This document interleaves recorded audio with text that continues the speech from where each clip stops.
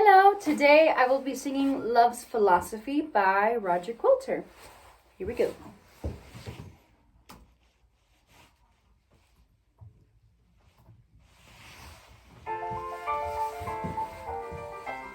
The fountains mingle with the river, and the rivers with the ocean. The winds of heaven mix forever with the sweet emotion. Nothing in the world is single, all things by and not divine, in one another's being mingled.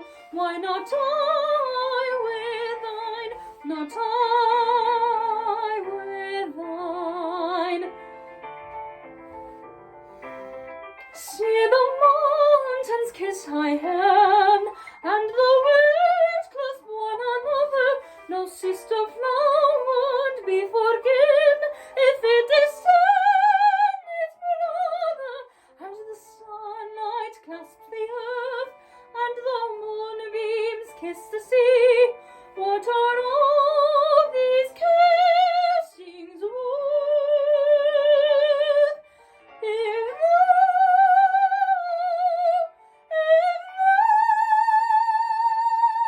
thou kiss not me.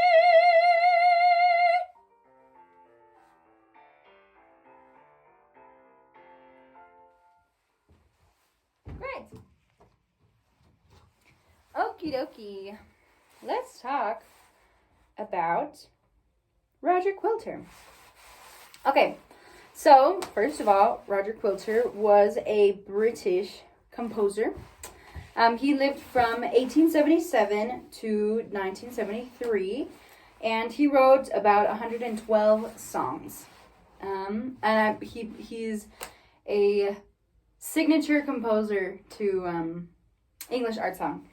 And he also had a friend whose name was, excuse me if I'm mispronouncing this, Gervais Elwys. Okay. And she was a singer, and they were friends, and he set a lot of his songs to fit her voice. And actually, Love's Philosophy is one of those songs because it's part of a song cycle called 3 Songs, Op.3. And all of them were set to fit her voice. And I love Love's Philosophy, so I can only imagine how great of a singer she was. The melody in the song is playful with soaring phrases. It rises and falls chromatically with legato movements. It also has octave leaps, and it's fast-paced, but even though it is fast-paced, it doesn't sound to me like it's choppy or like jaunty because of the legato markings that he wrote into it. So it's, all very connected, and he creates phrases with those little markings that he puts in his music. The vocal articulation is lyric melody, since the same melody repeats twice, and is the main focus. The main focus of the song is the melody. Because the words are arranged to fit the melody, not the other way around. And a perfect example of this would be the word heaven instead of the word heaven, which is in the original text. The original text is the winds of heaven mix forever. But Roger Quilter writes it as the word the winds of heaven. So HEAV''N. And he does that to fit the word to the melody.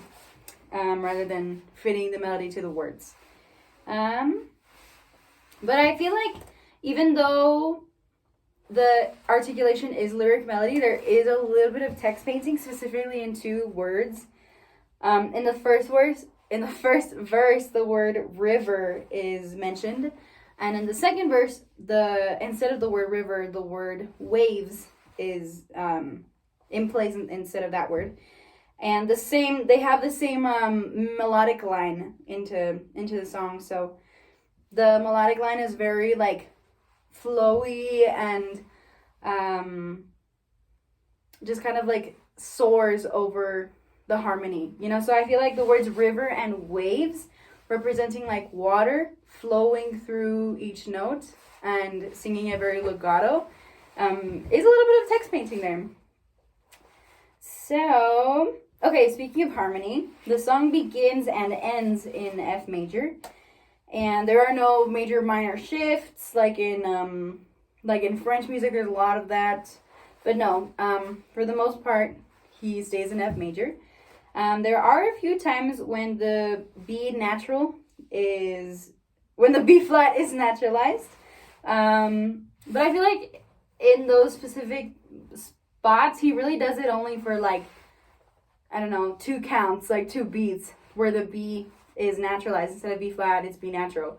But I think it's more for melodic purposes rather than harmonic. But he adds, later on as the song progresses, he adds a few C sharps every here and then, along with the B natural. So it modulates momentarily to G major. Additionally, while the melody is leading up to the climax, the harmony modulates from G major to D major and ultimately to F major, the tonic, once again at the very last note for, a grand finale. The song is in 3/4, and it never changes. It stays 3/4 throughout.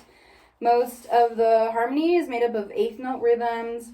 There are a few quarter and half note rhythms, but mostly to highlight an important melodic phrase. So, for example, the winds of heaven, mix forever, they're longer notes and most likely to highlight those melodic phrases.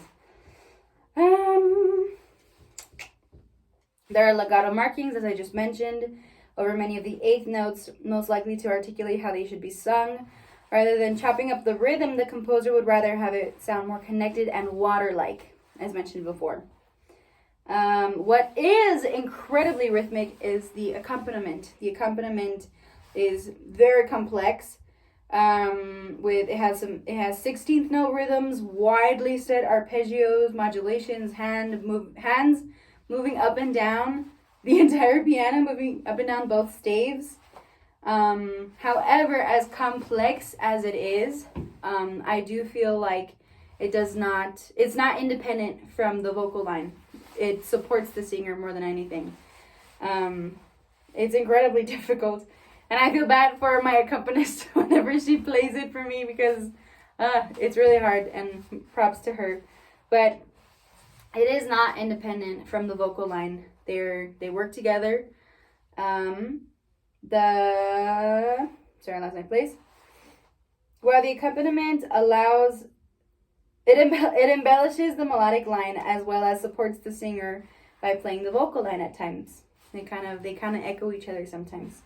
While the accompaniment allows the melody to tell the story, the text fits the music perfectly. So as the accompaniment kind of embellishes the vocal line, I feel like it allows the vocal line to carry the story, to carry the text and the how feelings are being developed within the text, So speaking of the text, the poet is British Romantic poet Percy B. Shelley, and Shelley was one of Quilter's favorites. He set a lot of his songs to her poems. And the poem highlights several things in nature, such as mountains, rivers, wind, the sun, moon, as well as like plants and flowers. So it's very much surrounded by nature. And the narrator then explains how all of them are connected to each other. They're all in pairs and in relation with one another. So talking about the fountains mingle with the river and the river with the ocean. That's the very first line of the song. So water from fountains trickles into a river, and the river with the ocean. So everything is connected. There is not just one entity. It's not just the fountain, just the river, and just the ocean. Like they all flow together. The winds of heaven mix forever, meaning that like the winds are forever intertwining with one another. And it's talking about mountains. You never see just one mountain. It's always several of them, like clumped together, So it's talking about how nothing in nature is alone. And one of the lines also says, nothing in the world is single, all things by a law divine. So talking about, how a higher being. God, for example, creates nature, and he never created any one of them to be alone, right? So, while we're talking about nature and how all of it is connected, the narrator then explains, the narrator then relates this to their personal selves and ponder the question, why not I with thine? They wish to be in a relation with the person they have in mind and long for them to reciprocate their love. So, it's kind of playfully seductive in a way. And I actually interpret it as a little bit of frustration because the piano line is so intense, and I feel like the piano line little arpeggios are supposed to like symbolize a feeling of being anxious and butterflies in your stomach when you have a crush on a person. So it's talking about all of these things. They all have partners. They're all not alone. Why can't I be that way? Why do I have to be single? Why not I with thine? You know, they are longing for that person to reciprocate their love or to accept their love.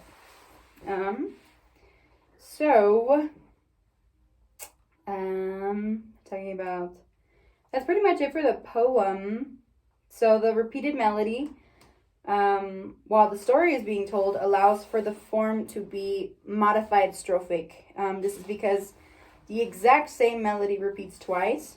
However, the second time it repeats, it has a different ending, with a powerful F major chord and the singer on an F5. So the song is modified strophic because, as I said, the melody is repeated twice, as well as because it's modified strophic. It's not completely strophic because there are different words. It's the same melody, but different words, as it repeats the second time, and it also has a different ending. But overall, the song is a very good example of English song style, and in my opinion at least, and has the signature Quilter sound, as I read in the textbook in Kimball. It was talking about how Quilter's songs were very much characterized, and how you could hear a song and say, oh, okay, that's Quilter. Quilter wrote that song because he had such a distinct style. This song has many wonderful complexities to it, and is just as hard to sing as it sounds. I'm not sure if the audio was loud enough, but anyways, the accompaniment is extremely complex, as well as the vocal line. You know, it's got its challenges, and obviously has a very, very big range. It's not easy, but I love singing it, and in doing so, I think it's opened my mind to consider more Quilter repertoire in the future. I think because I've never seen Quilter before. This is the first song that I sing of his, and seeing all of the wonderful complexities to it, and seeing how a story is developed, and not just a story, but the emotion behind the story as well. It's quite beautiful, and I feel like it's not as appreciated as it should be. It's a little bit underrated in my opinion. To be honest, I mean, Quilter is one of the greater English composers, but I never hear him being talked about as much as some bigger composers like Brahms or like Schubert or Fauré or Debussy, for example, like in the other chapters that we've studied. Quilter's a big one, but I feel like I've never characterized him as one of the great composers. But in analyzing this and seeing all of the wonderful complexities to it, and enjoying singing it, I will consider more of his repertoire in the future. So I hope you enjoyed my performance and my presentation. And that is all. Thank you.